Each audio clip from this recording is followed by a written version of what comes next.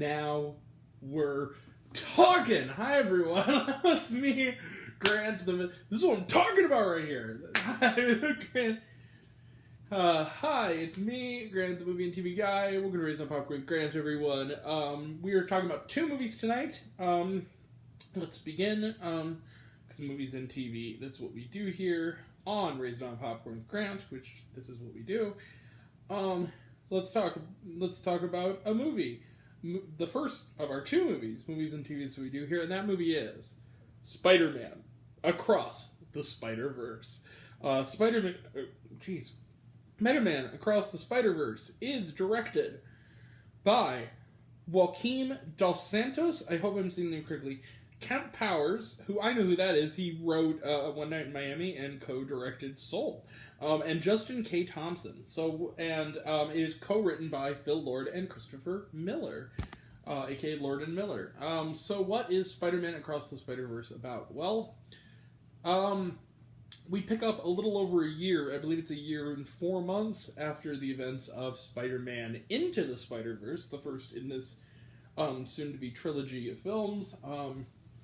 Miles Morales, once again voiced by Shameik Moore, is trying to adjust to his life as Spider-Man in his universe's New York, and his relationship with his loving but very, very, very confused parents, played by Brian Tyree Henry and Luna Lauren Velez. I hope I'm saying the name correctly. And meanwhile, in another universe, Gwen Stacy, aka Spider-Gwen, played by Haley Steinfeld, is dealing with her own difficult relationship with her father, who believes that she is a menace to society in classic Spider-Man fashion. And they both are missing one another. They both want to take their friendship to the next level. And the parents are struggling to make sure the kids are alright, and then wouldn't you know it, a being known as the Spot arrives on the scene. He's played by Jason Schwartzman, who, very cool character, who basically has portals all over his body, and who is from Miles' past, of course, and in his search for more power, he ends up disrupting the multiverse even more than let's put it this way. The events of the first movie already disrupted the multiverse plenty, but now the Spot's search for power is leading to a full-blown meltdown. And very soon, picking up from the post-credit scene of the last film, Gwen is forced to bring in Miles at the suggestion of Miguel Herrera, aka Spider-Man 2099. He's voiced by Oscar Isaac in a perfect casting choice. And together with all the Spider people from all of the other universes, not just people, but also animals, vehicles, and some that are familiar to us and some that are a little more obscure. Among them, a Cockney Brit named Spider-Punk, who is very, very, very much like Sid Vicious of the Sex Pistols if he was a spider person. He's voiced by Daniel Kaluuya in A Scene-Stealing Turn. And can they figure out their relationship with their parents out, their relationship out, and also a little thing like save the multiverse once again? It'll be darker than the first. It'll be more high stakes than the first. It'll be longer than the first. Can they save the day again? He's not just a friendly neighborhood Spider-Man anymore. He's one of literally hundreds. Let the mayhem begin. So, Spider-Man Across the Spider-Verse is, I don't even think there's any time to waste. So, Spider-Man Into the Spider-Verse, which came out 4 years ago, was a revelation. I don't think anyone who saw that movie, even the hoity-toity, snotty critics, could not admit it's one of the greatest achievements in animation in a long time. Look at how it's influenced animation going forward. I mean, it's very clear. And also, it's one of the best superhero movies all the time. So, when you go into this first of this two-parter, and there will be another coming in March, when you go into this, you're like, monumental odds are stacked against this movie. You have perfection. How do you top perfection? So, I mean, all the hyperbole in the world, but not even hyperbole when I say this. Across the Spider-Verse tops perfection. This is a perfect, like, comic book movie. This movie is absolutely fantastic. I don't even know how to put into words, consolidate this into a review. This movie was absolutely, in every way, a perfect sequel to Into the Spider-Verse. I don't know how they pulled this off.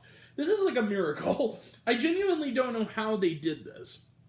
It's kind of insane that they were able to pull this off again and top it. And then leave you wanting more. You know what this movie reminds me of, and I know this is used all the time, but this is The Dark Knight. This is The Empire Strikes Back. This is one of those middle in a trilogy movies that it has a cliffhanger. Absolutely has a cliffhanger. But it leaves you wanting more. It satisfies you, and then it leaves you wanting more. I can't wait for Beyond the Spider-Verse now. If I wasn't excited already, I am now I am now for sure. And the thing is that all the fan service, whatever, none of this would work if we didn't love Miles Morales and didn't care about his story and his family. One of the best scenes in this movie has no spider people at all. It is a rooftop conversation between Miles and his mother. And it is one of the most moving scenes I've seen so far in 2023. It is so well done. It is so well handled. But then, and also this movie is dark. This movie is more grown up than the first movie. It's still PG. It's almost pushes on the boundary of PG-13, honestly. It's a darker film. The stakes are higher. And to talk more about it would be a spoiler, so I'm not going to bring it up about why personal stakes really matter in this, but they do. And once you see the movie, you'll know what I'm talking about. They have weight that will carry over into the trilogy capper next March. I love this movie. I know it's me being a Marvel, geek or whatever. I don't care, y'all. I don't care. My best friend in the world is in town. And he's going to come visit. He says, hey, what do you want to do this weekend when we come visit? I'm like, hey, let's just go see Spider-Man. Let's go see it again. I haven't wanted to go see a movie again 2 days after seeing it since, like, the first Deadpool. I love this movie. This movie is just... What are you waiting for? Go see this movie. Absolutely. And I'm going to give it, you guys. I'm giving Spider-Man Across the Spider-Verse... I don't want to say too much because I don't want to spoil it, but oh my god.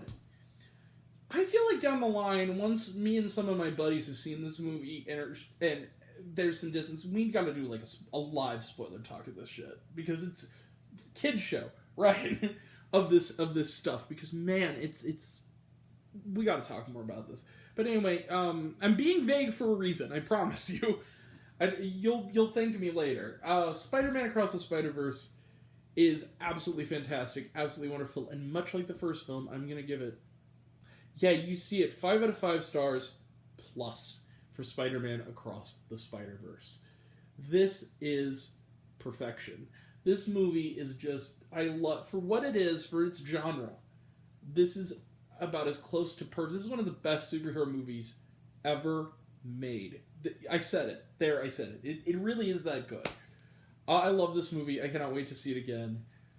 5 out of 5 stars plus for Spider-Man Across the Spider-Verse. Let's go book it. I cannot wait for Beyond the Spider-Verse now. I'm so excited. That's going to be such an event. Just fantastic. I saw this movie in IMAX too. But just this movie, and again, for those who are just there for the look of it, the look is it's beautiful and just amazing, stunning. I love this movie. Everything about this movie was perfect. I loved it. Anyway, 5 out of 5 stars plus for... I don't know, I think Grant might not like it. Yes! No, I do. 5 out of 5 stars plus for Spider-Man Across the Spider-Verse. Let's close the book on it. Trailer trash. Let's talk some trailer trash real quick. Get on to our next film. What do you say? I'm also going to try to shoot these movies and edit them ahead of time and just kind of upload them at the same time. I feel like that would be kind of interesting. See if it works. Probably won't. We'll see if it does. Trailer. Elemental, we are seeing it 2 weeks from now. Looks interesting. I've heard kind of mixed things, but we'll see. Ruby Gillman, Teenage Kraken, talked about it, looks good. Teenage Mutant Ninja Turtles Mutant Mayhem, this is a newer trailer. It looks really interesting. I like the design. I don't know what people are talking about. Transformers Rise of the Beast, talked about it, looks good. We are seeing it next Thursday. Blue Beetle, talked about it, looks good. Batman's a fascist!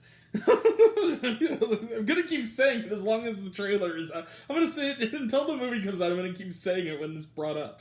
That's a great line. The Flash, talked about it, looks good. We're seeing it in 2 weeks also. Probably on the same night. Gran Turismo, talked about it, looks good, although it does also kind of look like a PlayStation commercial. And was there shawarma? Yes, but it's not a scene. There is something during the credits. That's all I will say. And there's animations and stuff, but there is no actual post-credit scene or mid-credit scene, but there is something. I will say it's worth sticking around to the midpoint for. Yeah, that's it. We will be back right after this. In fact, probably you guys will literally have these at the exact same time. We're going to be talking about The Boogeyman. I saw that this evening. We'll have a review of that. Tomorrow night, we will have a review of Sanctuary. The new, finally, after a couple weeks of limited release, we'll be able to talk about Sanctuary. The new film starring Margaret Qualley and Christopher Abbott.